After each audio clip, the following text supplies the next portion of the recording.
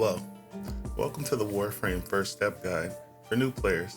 Today we are going to be running through the Eris Junction as well as the Sedna Junction on Pluto.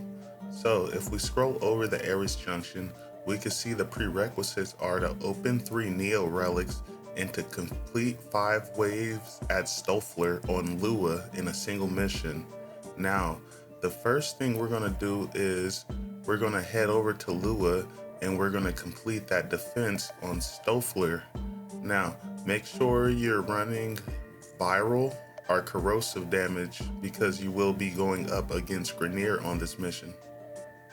This mission is pretty easy. It's your standard defense mission. Just keep moving. Try not to take too much damage because I'm assuming you're a new player and these guys can melt you pretty quickly if you're a new player. These guys aren't that tough, but they do deal a decent amount of damage. So after you extract, go ahead and head back to your navigation, go to Pluto, and go back to the Aries Junction, and you can see that your next requirement is to open 3 Neo relics. Now, if you head over to your relic station next to your arsenal, you can go ahead and view the relics you have available. Now, if you get confused, you can scroll over to Neo in particular, and as you can see, I have 4 Neo relics available, and we are going to go ahead and we are going to crack open 3 of them. Now, you can level up your relics if you want to give you a chance for better loot, but at this point in the game, I'm not really farming prime gear. On this account, it's only a mastery rank 7, and it's really just focused on completing the star chart and doing the quest. But go ahead and head to your navigation and bring down your quest menu, but scroll over to Void Fissures and go look for any Neo missions you have available. Unfortunately for me, the only Neo mission I have available is this defense mission, but it will still work out in my favor because I will just crack all 3 relics in one mission. So as you can see, I have done 15 waves of defense at this node, and now I'm ready to choose my last reward. And upon choosing my last reward, we will have the option to either stay or extract. So if you are done with your defense, assuming you get a defense mission, make sure you extract because you don't want to be one of those people that get stuck in the mission solo. But even if you get stuck in the mission solo, hopefully at this point, you're tough enough to where you can survive. Especially if you've made it this far in the game. But go ahead and head back to your ship. Upon returning to your ship, go ahead and leave the squad because I don't know what those guys are trying to do. So I'm gonna go ahead and leave the squad, and I'm gonna head back to my navigation, and I'm gonna head over to Pluto, and I'm gonna scroll over the Aries Junction. And at this point, I should have completed all the prerequisites needed to do the junction. So I'm gonna go ahead and just jump right in. But if you need to mess with your build, go ahead and do that first. Now, upon completing this junction, you will receive the Meyer blueprint as well as the Patient Zero quest, and you will be fighting a Mesa specter at this junction, so be prepared. But by now in the game, I hope you have been following the guide and you have a somewhat semi-decent build. You know, just put on something with a little bit of magnetic and put on something with some corrosive. That way you can melt her shield, and as you can see, she does have a little bit of armor. But I have corrosive and blast on my sword, and we're not gonna have to worry about that too much. Just run over, hit her with the recipe, radio blind, combine with your melee, and that's you all done right there, boy.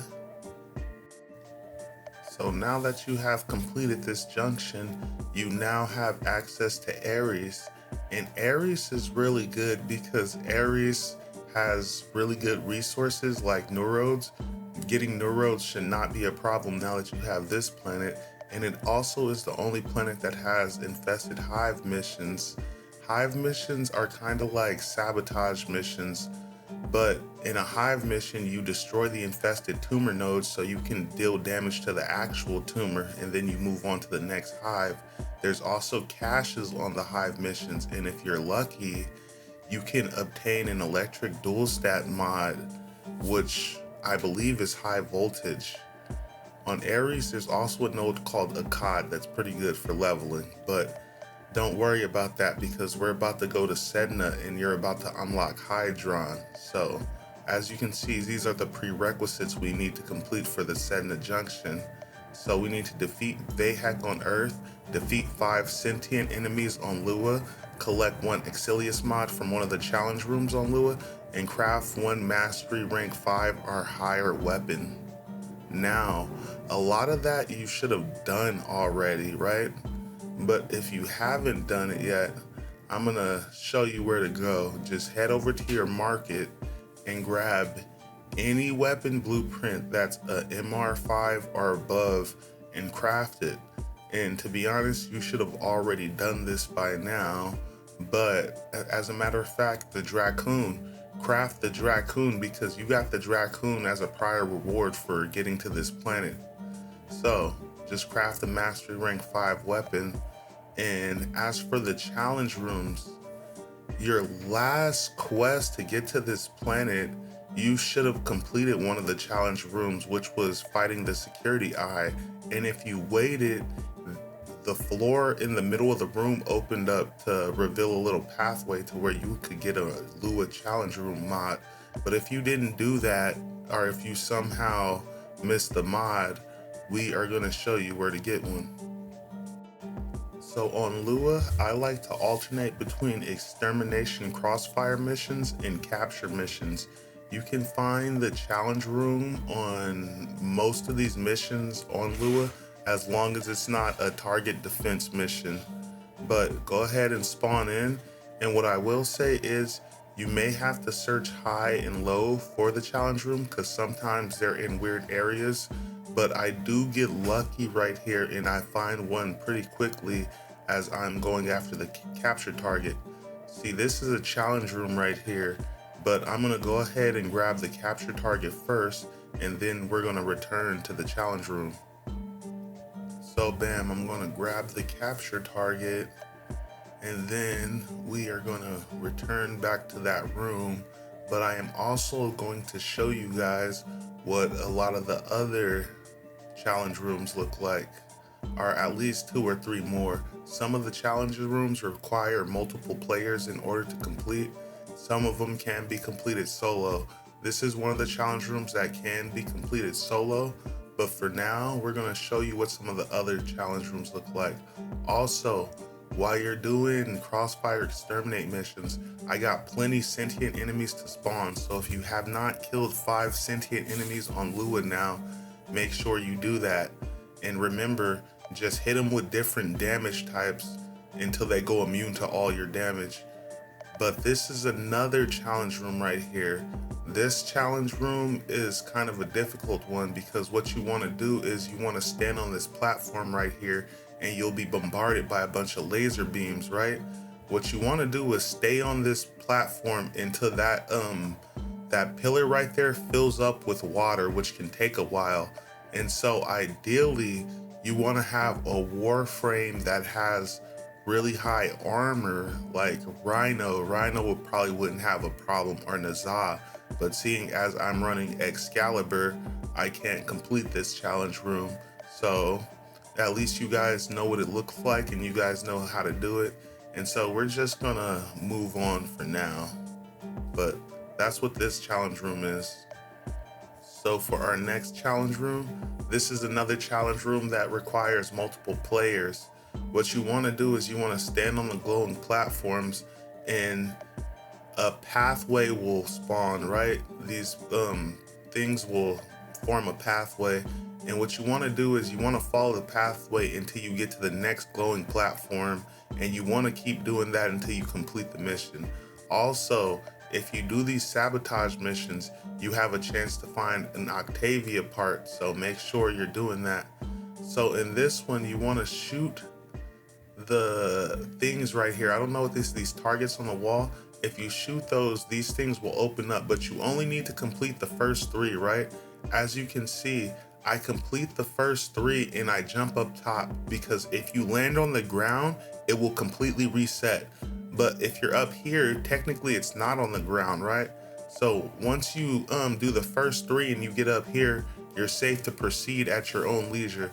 So as you can see from up here, I'm gonna shoot those 2, right? And those are gonna open up this one. Those ones right there are really tricky to get, so you really wanna be up here by the time you have to shoot those ones. And so now the next one's gonna spawn, right? And since I'm up here, technically I'm not on the ground, so it's not gonna despawn, so I can do this kind of at my own leisure as long as I don't fall to the ground. And so I'm gonna land back up here, and as you can see, there's one more remaining. I'm gonna shoot this and I'm gonna jump in the last green one, right? Which is gonna be the middle one. And as you can see, as I bullet jump, that's gonna take me all the way up to the top into the roof right here. That's gonna take me all the way up to the roof. And don't worry, just bullet jump and it'll get you up there. And upon entering this area, as you can see, I have obtained agility drift.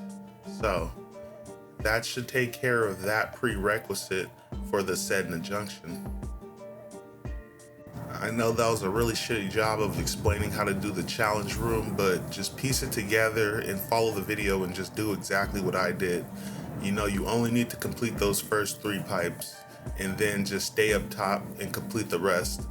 So after you do that, go ahead and extract, head back to your ship, go to navigation, and the last thing you should do is you should have to defeat Vay Hek on Oro, assuming you haven't already done it. So I do have one mission in the way. I'm gonna go ahead and knock that out, and then I'm gonna spawn into Oro.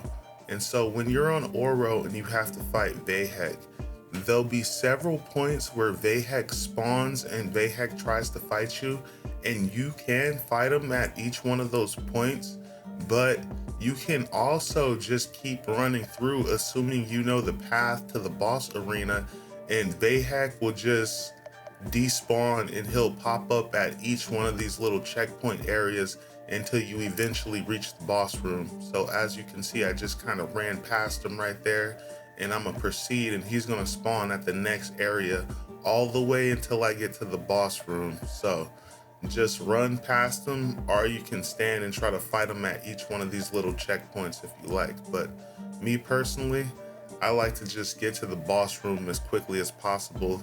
That way I can engage in the actual fight. Also, I'm kind of just running through this to get this done as quickly as possible, but feel free to loot the area. You might get lucky and find some neurodes. I know as a new player, neurodes can be kind of hard to find.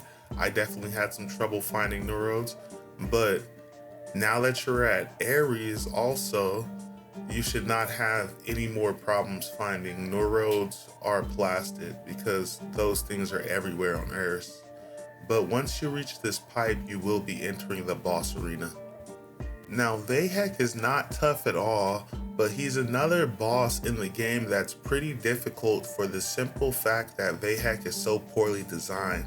Now, to fight Vay Hek, what you want to do is you want to wait till that little thing on top of his head is glowing, that little orange box thing. You want to wait till it starts glowing orange, and at that point, you'll have a fraction of a second to deal damage to Vay Hek until Vay Hek goes invincible again. And while you're trying to do all this, Vay Hek will be hurling magnetic damage at you, which is the main part. It's just pretty annoying getting hit with magnetic, so don't expect to have any energy while doing this fight. And also, if you're like me and you're dumb and you brought beam weapons, you're really gonna have a hard time hitting that little hitbox, because his hitbox is just really hard to hit. And he moves in such an awkward pattern, it just makes that location really hard to get in the window they give you to hit it, right? But at a certain point, I kind of got tired of it and I was getting hit with a bunch of magnetic.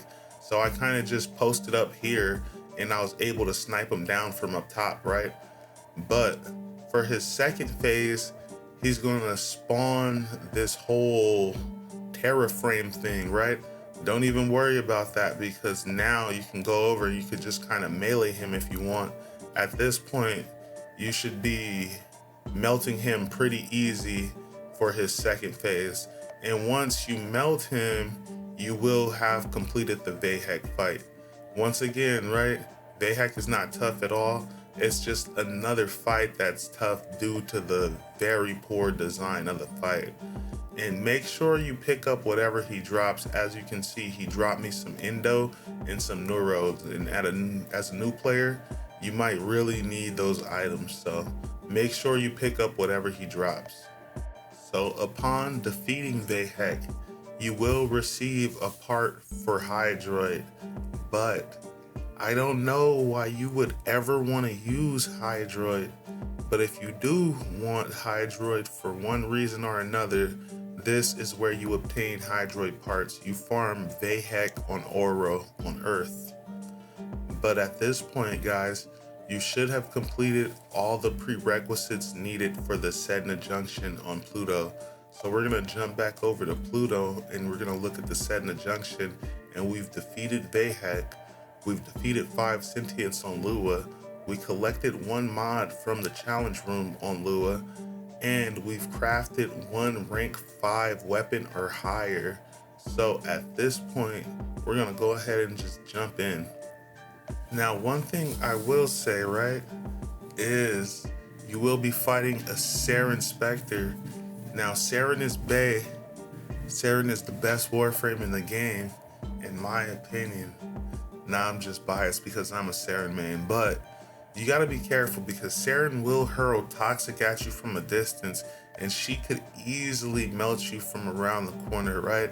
I make the mistake of trying to just post behind this pillar until she gets a little bit closer.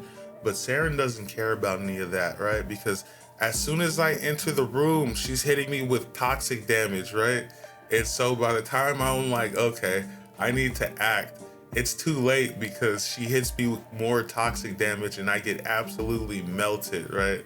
So before I could really do my thing, I collapse from the overabundance of toxic damage I'm taking from being in Saren's presence, right? But I don't make that mistake a second time. The second time, I see she's already hitting me with toxic, so I kind of just jump in here, hit her with radio blind, melee, get it done real quick. So bam, guys, that's you all done. At this point, you should have completed the Sedna Junction, and upon completing the junction, you will receive the War Within quest, and you will also have access to Hydron, which is the best thing.